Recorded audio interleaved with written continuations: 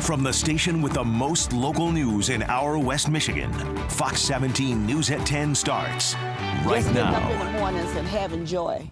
You know, going to bed at night and having peace. They take it all. New at 10, today marks the start of National Crime Victims' Rights Week. It's an initiative created by the United States Department of Justice to advocate for those impacted by violent offenses. Fox 17's Marisa Oberly spoke to a local mom whose son died in a shooting. She joins us live in the studio with her story and more on how West Michigan plans to honor these families. Marisa? Jamie, many people affected by crime, especially a violent one, need ongoing care and resources. That mother says nearly 2 decades after her son's death, she still struggles. If Jerlene Riley could, I miss him so much. she would stop time to the months before her son Jeffrey Owens died. When you want to be happy, you feel like, do I deserve to be happy if my son is gone?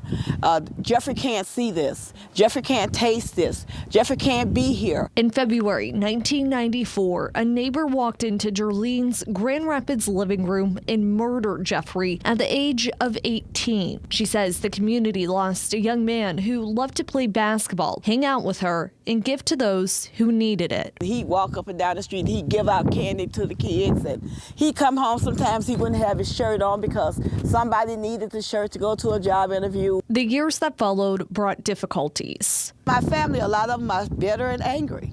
And, you know, the more murders, you know, they're afraid.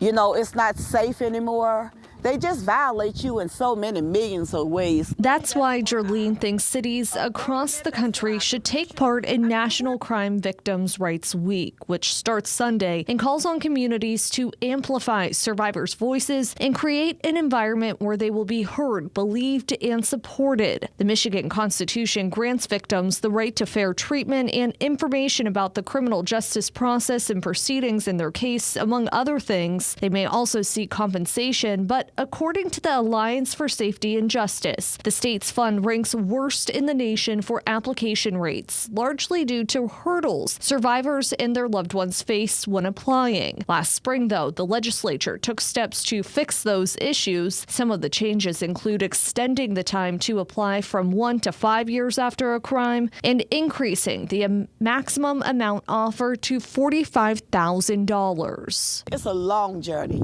and a lot of people lose their minds. A lot of people don't survive it. A lot of people don't want to survive it. And so I'm encouraging people to just keep putting one foot in front of the other.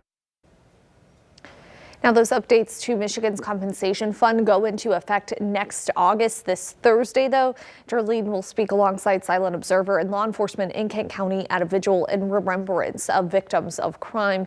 It's set to start at 6 p.m. at the 63rd District Court on the East Belt Line.